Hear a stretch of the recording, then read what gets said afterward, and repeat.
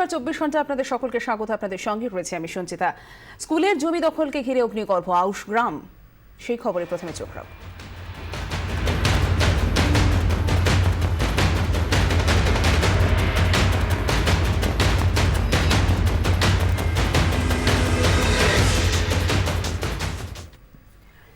আজ অগ্নিগর্ভ আউশগ্রাম আইসি অপসারণের দাবিতে থানা ঘেরাওকে কেন্দ্র করে আগুন জ্বলল থানাতে। উত্তেজিত জনতা পুলিশের বাইক সহ বেশ কয়েকটি গাড়িতে ভাঙচুর চালায়। আগুন ধরানো হয় থানায়। থানার ভেতরে ঢুকে হামলা চালায় জনতার রণংদেহী রূপ দেখে থানা ছেড়ে পালায় বেশ কয়েকজন পুলিশ কর্মী। থানাতেই লুকোয় কয়েকজন। বাধা দিতে গিয়ে আক্রান্ত হন 7 থেকে 8 জন পুলিশ কর্মী।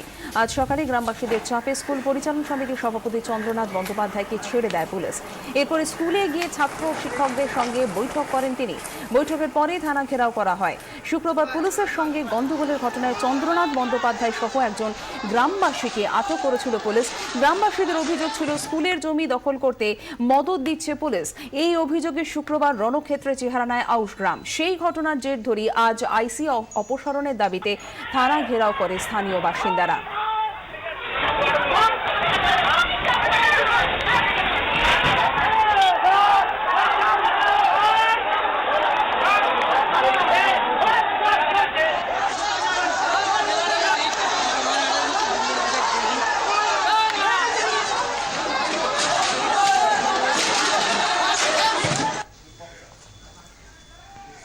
আমরা কথা বলবো আমাদের প্রতিনিধি অরূপ লাহা আমাদের সঙ্গে মুহূর্তে টেলিফোন লাইনে রয়েছেন। অরূপ, আমরা সেই ছবি দেখাচ্ছিলাম দর্শকদের যে কিভাবে অগ্নিগর্ভ আউশগ্রামের পরিস্থিতি, এখন ঠিক কি পরিস্থিতি?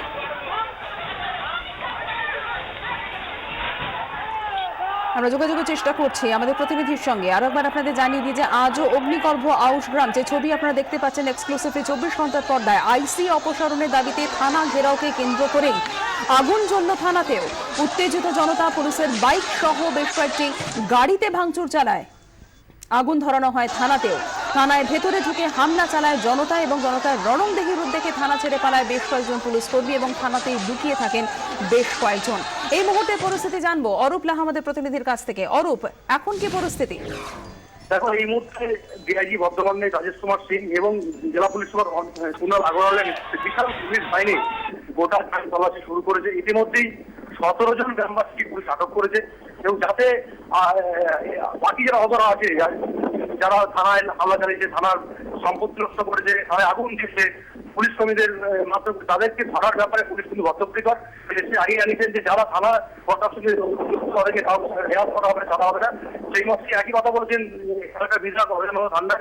সেই কথা মধ্যেই কিন্তু আমরা দেখছি যে বিশাল পুলিশ বাহিনী এখন পুলিশ সুপার কুণাল আগরওয়াল এবং ডিআইজি এবং আইসি বর্ধমান রেঞ্জ রাজেশ কুমার সিং এর নেতৃত্বে গ্রাম তল্লাশি শুরু করেছে।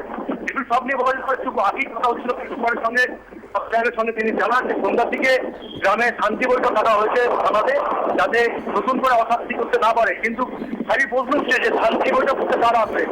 গোটা গ্রাম প্রায় জনমানব, গোটা গ্রামে শুধু মানুষ নেই। সঞ্চিতা, অরূপ, তুমি আমাদের সঙ্গে থাকো, আমি তোমার কাছে ফিরছি। আমরা যেটা দর্শকদের ইতিমধ্যেই জানিয়েছি যে আউশগ্রাম থানায় কিভাবে ব্যাপকভাবে ভাঙচুর চালিয়েছে উত্তেজিত জনতা এবং এই ঘটনায় কার্যত অসহায় পুলিশ। ভয় কেঁদেই ফেললেন থানার সাব ইন্সপেক্টর।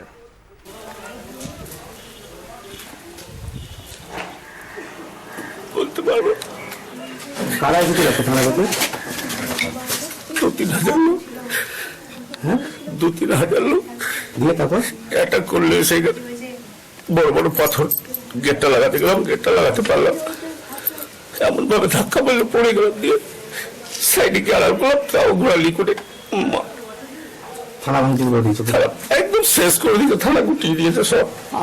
আমি ডিউটি অফিসার, আর সেন্টি ছিল, সেন্টিকেও মারধর করেছে। সেন্টি ভয়ে গিয়ে ওখানে লুকিয়েছে, আগুন লাগিয়ে দিল। তারপরে ঘরটাতে আগুন লাগিয়ে দিল, গাড়ি ফাড়ি যা ছিল সব একদম শেষ করে দিল। আর বড় বড় পাথর মারছে, এই পাথরে কি আমি দাঁড়াতে পারি? প্রচুর লোকজন এসেছিল। 2-3 হাজার লোক চলে এসছে। ছাত্রছাত্রীরা ছিল না, এর মধ্যে ছাত্র ছিল না, সব এসেছিল, সব বাইরে। কোথাও লোক আমরা তো চিনি না এখানে, জানে ভয়ে বুকে এত লেগেছে কিছু বলার। কি নাম আপনার? সাব ইন্সপেক্টর দীপক পাল। মানে আপনাদেরও প্রচুর পুলিশ কর্মী তখন আহত হয়ে যখন আমাদের ওই গোটা 7-8 জন ইনজোর হয়েছে, হেড ইনজুরি, বাঁচবে কিনা বলতে পারবো না। তাদেরকে ফেলে গোড়ালিতে করে প্লাস ব্যারাকে গিয়ে অ্যাটাক করেছে। আমি ডিউটি অফিসার, আমাদের তো জাত অবস্থা।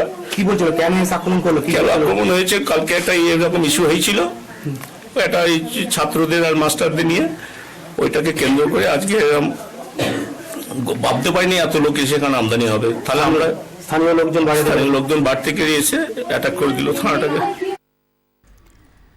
আউশ গ্রামের গতকালের ঘটনার সঙ্গে আজকের হামলার কোনো যোগ নেই। আজ পরিকল্পিতভাবে হামলা চালানো হয়েছে এবং কয়েকজন দুষ্কৃতীকেও চিহ্নিত করা গেছে, জানিয়েছেন বর্ধমানের পুলিশ সুপার কুনাল আগরওয়াল। যে গেট আছে, গেটের বাইরে কিছু দুষ্কৃতীরা এসে এখানে কিছু ঢিল পাথর ছুঁড়েছে এবং সেটা কিছু অ্যাটাকের মোতাবেক এখানে এসেছিল। তাদের খবর পেয়ে ইমিডিয়েটলি আরও রিইনফোর্সমেন্ট ফোর্স পাঠানো হয়েছে, সবাইকে তাড়ানো হয়েছে। এখন আমরা সবাই এখানে আছি, আমরা এখানে আমাদের রেডগুলো চলছে এবং যারা দুষ্কৃতীরা আজকে থানায় হামলা চালিয়েছে তাদের বিরুদ্ধে পুলিশ অ্যাকশন নেবে। লোক চিহ্নিত হয়েছে যারা আজকে অ্যাটাক চালিয়েছিল, মিটে গিয়েছিল, রোড অবরোধ উঠে গিয়েছিল। সেটার সাথে আজকে সেই মতন দেখা যাচ্ছে না, কেন কি কালকে যেটা ঘটনা হয়েছিল তারপরে তাদের সাথে মিটিংও হয়েছে এবং ওরা স্যাটিসফাইড ছিল অন দি পুলিশ অ্যাকশন। আমি আবারও চলে যাব, অরূপ লাহা আমাদের প্রতিনিধি রয়েছেন।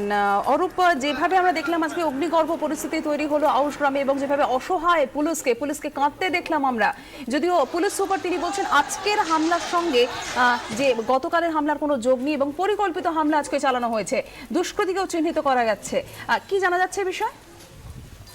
দেখো, বিধায়ক যেটা বলছেন বা এই আউটকাম তৃণমূল কংগ্রেসের ব্লক সভাপতি যেটা বলছেন, এই ঘটনার নেপথ্যে আছে বিরোধী, অর্থাৎ এই দীর্ঘদিনের, অর্থাৎ বলা যেতে পারে যে লাল দুর্গ যদি বলা হয় তাহলে বর্ধমানে আউশ গ্রামকে বলা হতো সিপিএমের লাল দুর্গ।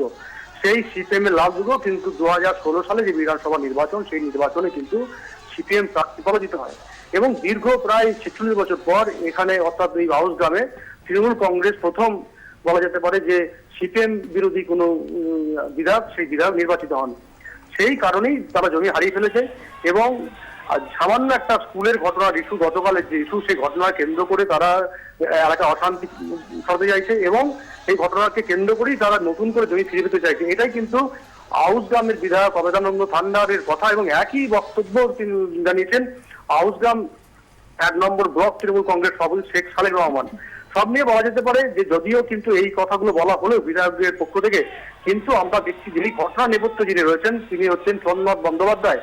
চন্দ্রনাথ বন্দ্যোপাধ্যায়কে বছর 4 আগে ছিলেন আউশ গ্রাম 1 নম্বর তৃণমূল কংগ্রেসের ব্লক সভাপতি এবং বর্তমানে তৃণমূল নেতা এবং আউশ গ্রাম উচ্চ বিদ্যালয়ের পরিচালন সমিতির সভাপতি কি করে না সরকার মনোনীত সভাপতি, প্রধানমন্ত্রী সভাপতি।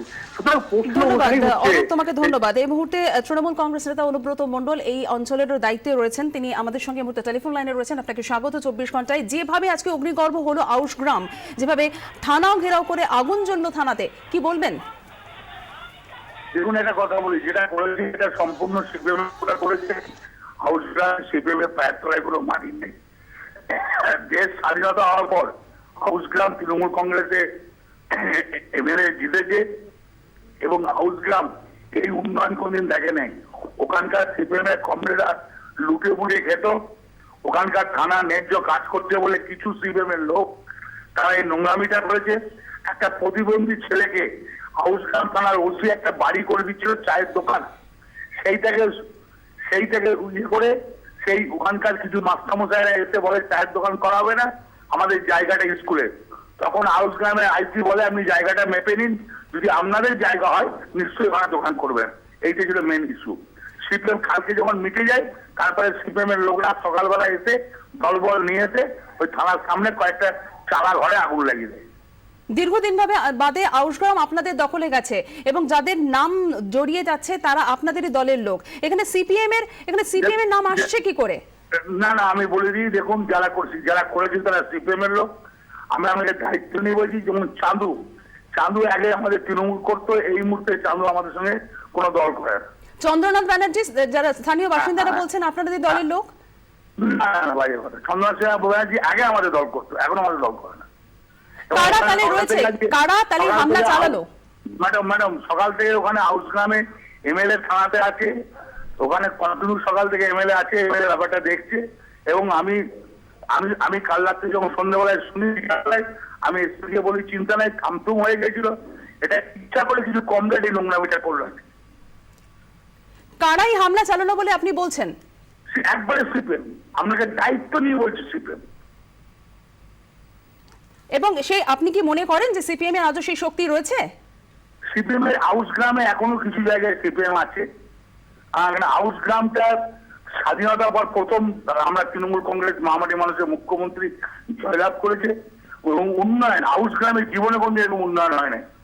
ওখানে আদিবাসীদের ভুলিয়ে আদিবাসীরা আমাদের দিকে আছে, ওখানে সিপিএম এর কিছু গুন্ডা বাহিনী এখনো জঙ্গল মহলের ভেতরে কিছু আছে। পুলিশকে বলেছি ন্যায্য ব্যবস্থা নিতে, আইন ছাড়া এই জিনিস করে পুলিশ রীতিমতো ব্যবস্থা নেবে। অনুব্রত দা, স্থানীয় মানুষজনের অভিযোগ যে এই হামলার পেছনে রয়েছে তৃণমূলের গোষ্ঠীদ্বন্দ্ব, কি বলবেন? একবারে বাজে কথা। আমি বলতে পারি আউস গ্রামে কোনো গোষ্ঠীদ্বন্দ্ব নাই। আউস গ্রামে যদি গোষ্ঠীদ্বন্দ্ব থাকতো আউস গ্রামে আমি এমএলএ জিততে পারতাম না। আউস গ্রামে কোনো গোষ্ঠীদ্বন্দ্ব নাই। আমি আগামীকাল সম্মেলন আছে সংখ্যালঘু, বীরভূম জেলাতে 25,000 লোকের সম্মেলন আছে। আমি পরশুদিন আউস গ্রাম যাবো। ধন্যবাদ আমাদের সঙ্গে কথা বলার জন্য। তৃণমূল নেতা অনুব্রত মণ্ডল এতক্ষণ আমাদের সঙ্গে টেলিফোন লাইনে ছিলেন।